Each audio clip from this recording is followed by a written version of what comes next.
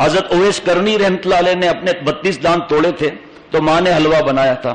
اس کی تفصیل کا نہیں معلوم ابھی بھی، لیکن وہ تو واقعہ ہوا تھا شوال میں. آپ ایڈوانس میں حلوہ کھا رہے ہیں شعبان میں، ایڈوانس حلوہ. دوسرا، اگر ان کے دانت سب توڑے تھے انہوں نے کہ پتہ نہیں آپ صلی اللہ علیہ وسلم یہ دانت شہید ہوا تھا، یہ شہید ہوا تھا، سب دانت توڑ دیے. ماں نے حلوہ پیش کیا. ہم کس چیز کا حلوہ کھا رہے ہیں؟ ہم بھی تو 32 دانت توڑیں پھر بھلے حلوہ کھا لیں. یہ شیطان کی چالاکی ہے. جو اپنے اولاد کو آتش بازی کے لیے پیسے دے گا پٹاخوں کے لیے، اس کی بھی پکڑ کا خطرہ ہے. اب گلیوں میں دھماکے پہ دھماکے ہو رہے ہیں، آتش بازی اور پٹاخے. گندک کی بدبو آ رہی ہے، بدبو کی وجہ سے فرشتے چلے گئے.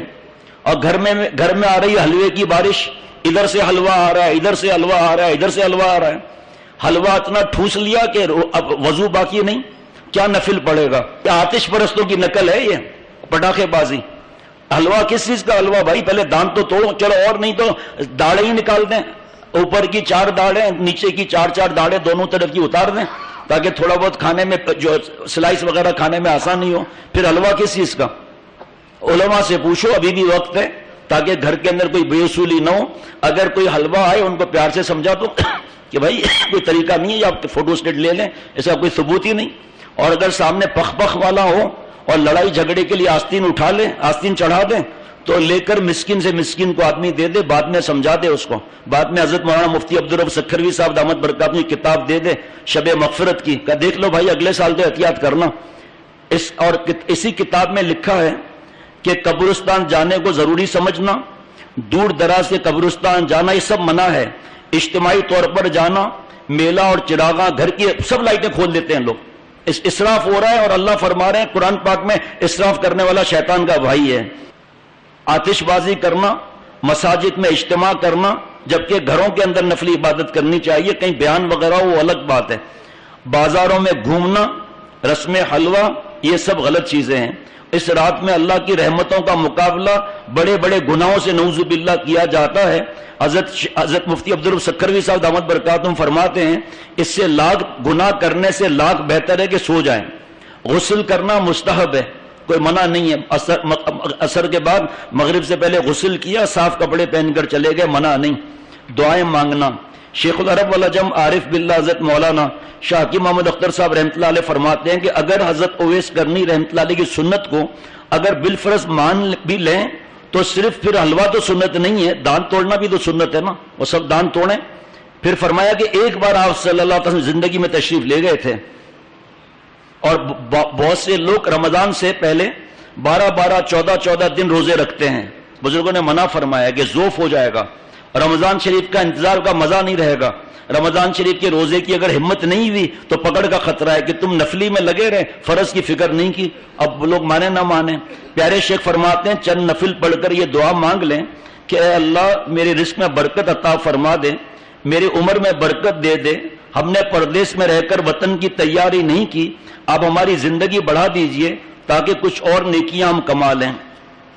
اے اللہ ہمارے اعمال نامے کو نیکیوں سے بھر دیجئے. اے اللہ ہمارے رزق میں برکت عطا فرما دیجئے. اس خاص رات کی نسبت سے جہاں ثواب زیادہ ہے تو گناہ کیسا ہوگا؟ بعض جگہ پر مغرب کے بعد 2 نفل پڑھے جاتے ہیں، پھر دعائیں کچھ پڑھی جاتی ہیں، پھر 2 نفل، پھر دعائیں. کسی حدیث پاک میں ثابت نہیں ہے، کسی قرآن پاک کی آیت سے ثابت نہیں ہے. یہ پبلک کا بنایا ہوا مال ہے. حضرت اویس کرنی رحمۃ اللہ علیہ ماں کی خدمت کی وجہ سے کیا انعام ملا کہ آپ صلی اللہ تعالی وسلم ایک بار رک گئے اور فرمایا کہ مجھے یمن سے، کرن یمن کا ایک حصہ ہے، مجھے یمن سے رحمان کی خوشبو آ رہی ہے، مجھے یمن سے رحمان کی خوشبو آ رہی ہے. پتہ چلا حضرت اویس کرنی رحمۃ اللہ علیہ تھے جو ماں کی خدمت کی وجہ سے صحابی نہیں بن سکے. آج بوڑھے ماں باپ کو چھوڑ دیتے ہیں اور یہاں بھی اولڈ ہاؤس بننا شروع ہو گئے ہیں.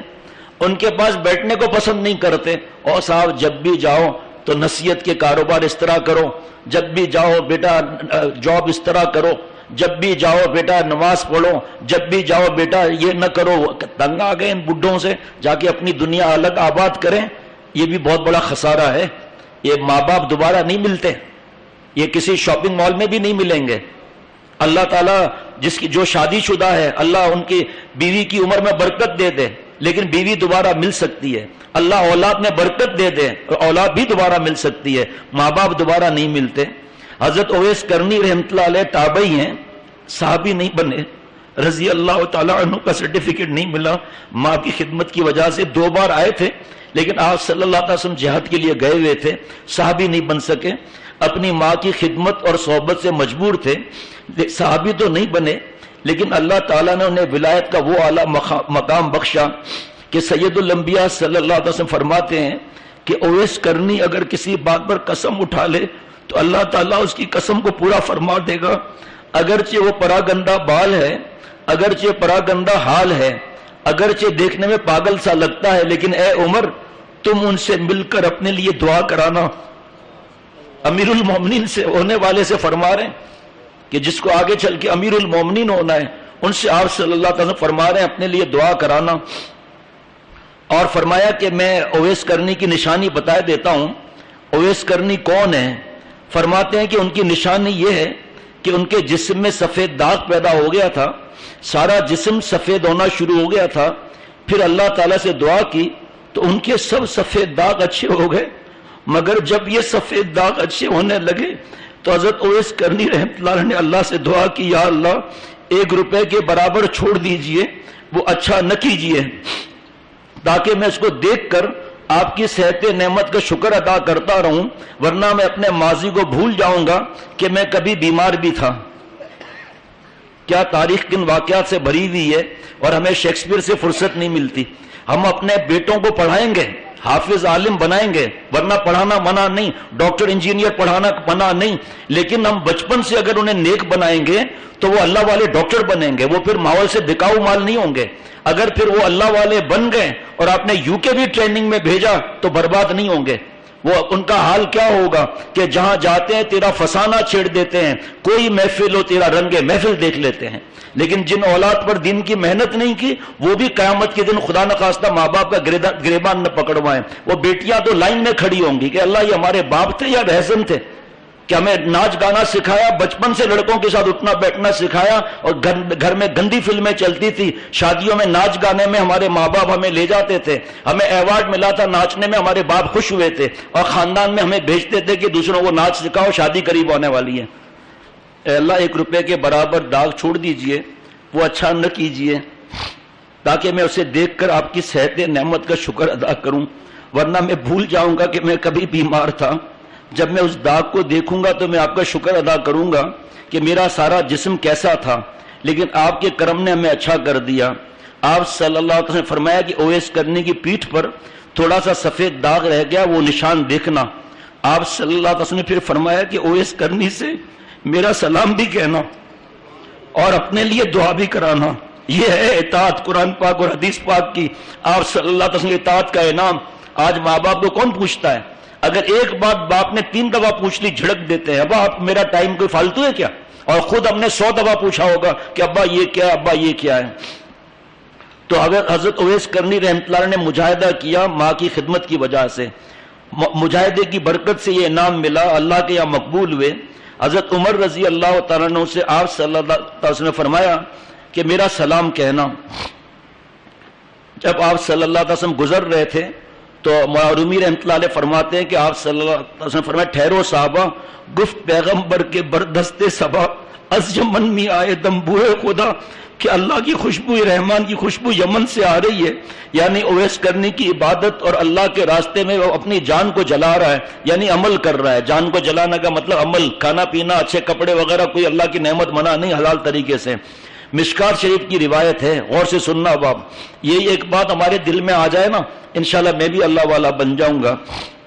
مشکات شریف کی روایت ہے کہ حضرت عمر رضی اللہ تعالیٰ عنہ جب اپنے دور خلافت میں زمانہ حج میں اعلان فرمایا کہ اے یمن کے لوگوں ہاتھ اٹھاؤ، سب نے ہاتھ اٹھا لیے۔ فرمایا کہ اب وہ لوگ ہاتھ گرا دیں، صرف کرن والے ہاتھ اٹھائیں۔ پھر کرن والوں نے ہاتھ اٹھائے، کیونکہ کرن یمن کا قصبہ تھا۔ پھر فرمایا کہ کرن والوں کوئی اویس کرنی کو جانتا ہے؟ عرض کیا جی ہاں، فلاں جنگل میں اونٹ چراتے ہوئے دیکھا ہے۔ حضرت علی رضی اللہ تعالیٰ اور حضرت عمر رضی اللہ تعالیٰ عنہما دونوں اپنی اپنی سواریوں پر بیٹھے اور اسی جنگل میں پہنچ گئے۔ دیکھا کہ اونٹ چر رہے ہیں اور ایک شخص نیت باندھے سجدے پر نظر کیے کھڑا ہے اور نماز میں مولا کے ساتھ غرق ہے. اندازے سے دونوں سمجھ گئے کہ یہی اویس کرنی ہے. پھر اللہ والے چھپتے بھی کہاں ہے؟ کوئی اگر کباب کو چھپا لے اس کی خوشبو کو نہیں چھپا سکتا. کوئی اگر اللہ والا ہے اپنے آپ کو چھپا لے لیکن اس کے دل میں اللہ کی محبت چھپ نہیں سکتی.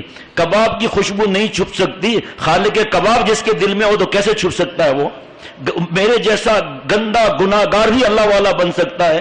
صرف 4 شرطوں سے توبہ کر لیں ابھی ولایت مل جائے گی. نمبر 1 گناہ سے الگ ہونا، ندامت طاری ہونا، پکا ارادہ کہ میں گناہ نہیں کروں گا. نمبر 4 جس کا حق مارا اس کا حق واپس کرنا. کیا ابھی بھی ہم داڑھی کو شیو کر کے گٹر لائن میں ڈالتے رہیں گے واجب کو؟ کیا 24 گھنٹے کے گناہ میں ابھی بھی رہیں گے؟ کیا رمضان کی تیاری کی فکر نہیں اس میں بھی شیو کرتے رہیں گے؟ نہیں، رمضان میں تو ہم داڑھی کاٹیں گے، عید کی رات شیو کر دیں گے. اللہ کو معلوم نہیں کہ عید کی رات کو شیو کرے گا؟ اللہ کو معلوم نہیں کہ اعتکاف کے اندر افطار اور سحری کر سکتے ہیں، چائے پی سکتے ہیں رات کو، شیو کیوں نہیں کرتے؟ ان کا دل بھی گواہی دیتا ہے کہ حرام کام ہے یہ. تو کیوں نہ آج توبہ کر کے شرعی داڑھی کا ارادہ کر لیں. جن کو ہم خوش کرنا چاہتے ہیں خدا کی قسم کچھ مدد نہیں کر سکتے.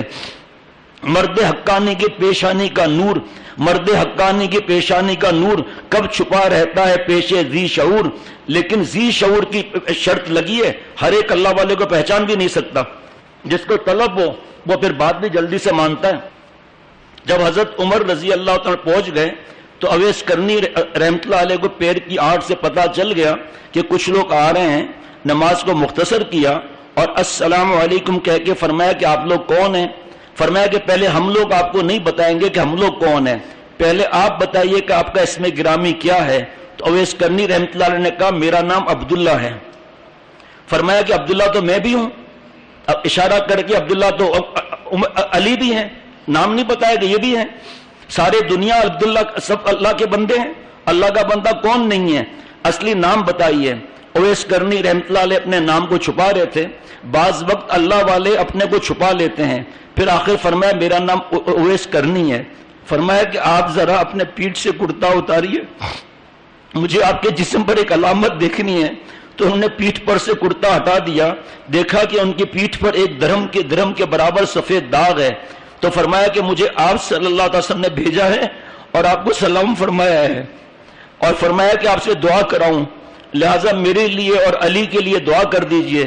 تو حضرت اویس کرنی رحمت اللہ علیہ نے کہا اللہم اغفر لی وللمؤمنین والمؤمنات، یا اللہ سارے مسلمانوں کو بخش دے اور رحمت نازل فرما. پھر ان حضرات نے حضرت کی عرض کی حضرت آپ نے تو سارے مسلمانوں کے لیے مانگا ہے، ہمارے لیے خاص دعا کیجئے، ہم دونوں کے لیے الگ الگ خاص دعا کیجئے. اس سے معلوم ہوا کہ ایسی دعا کرانا بھی جائز ہے اور سنت صحابہ رضوان اللہ علیہ مجمعین ہے. اگر کسی سے آپ دعا کرائیں وہ کہے کہ سارے دنیا کے مسلمانوں پر رحم کر دے تو آپ ان سے کہیے کہ آپ میرے لیے خاص دعا کیجئے. پھر حضرت اویس کرنی رحمت اللہ علیہ نے فرمایا کہ اے اللہ عمر اور علی رضی اللہ تعالیٰ عنہما پر فضل فرما دیجئے. حضرت عمر رضی اللہ تعالیٰ نے فرمایا کہ میرے لائق کوئی خدمت ہو تو آپ کی خدمت کروں کیونکہ میں خلیفہ ہوں. فرمایا کہ مجھے آپ سے بہت اہم خدمت لینی ہے، اگر آپ اسے قبول کر لیں. حضرت عمر رضی اللہ تعالیٰ نے فرمایا کہ میں اس کے لیے تیار ہوں، بس سبب چشم و تیار ہوں، بس آپ حکم فرمائیے. فرمایا کہ آپ آئندہ اس بات کا ذکر کسی سے بھی نہ کریں گے، مجھے بس چھپا رہنے دیجئے. بس مجھے آپ سے یہی کام ہے کہ آپ کسی سے بھی میرا تذکرہ نہ کریں ورنہ ساری مخلوق مجھے عبادت نہیں کرنے دے گی. جب ان کو پتا چلے گا کہ یہ وہ شخص ہے جسے آپ صلی اللہ علیہ وسلم نے سلام کہلایا اور حضرت عمر اور علی رضی اللہ تعالیٰ عنہما جیسے صحابہ نے ان سے دعائیں کرائیں، تو یہ ساری مخلوق میرا گھیرا ڈال دے گی اور مجھے کہیں خلوت و تنہائی میں جگہ ہی نہیں ملے گی. یہ ہوتا ہے اللہ کے عاشقین کا ذوق کہ وہ ایسا ہوتے ہیں کہ ان کو عبادت میں الگ مزہ چاہیے ہوتا ہے.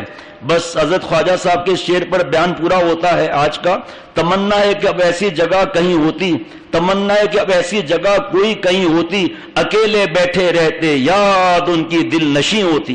اللہ مجھے اور ہم سب کو اللہ والا بنائے اور رمضان کی تیاری کی فکر عطا فرمائے. یہ ایک روزہ بھی اس لیے ہے کہ رمضان کی فکر ہو. آج اسی وقت مجھے اور ہم سب کو اللہ سے معافی مانگنی چاہیے. بس مختصر وقت ہے، درود شریف پڑھ لیجئے. اللہم صلی علی سیدنا مولانا محمد النبی الامی وعلی آلہ وصحبہ وبارک وسلم۔ یا اللہ مجھے ہم سب کو معاف فرما دے، ہماری اولاد اور گھر والے تمام مسلمان اور ہم سب کی قیامت تک کی ذریات کو معاف فرما دے، فضل رحمت مشیت کی بھیک عطا فرما، جذب کی بھیک عطا فرما، دونوں جہانوں کی خوشیاں عطا فرما، مجھ سمیت ہر مسلمان کو معاف فرما، مجھ سمیت ہر مسلمان کی مغفرت فرما، مجھ سمیت ہر مسلمان کو عافیت سے رکھیے، مجھ سمیت ہر مسلمانوں کی پریشانی دور فرمائیے، خوشیاں عطا فرمائیے، ہر غم سے بچائیے، ہم سب کے جملہ مقاصد حسنہ پورے فرمائیے۔ صلی اللہ علیہ النبی الامین۔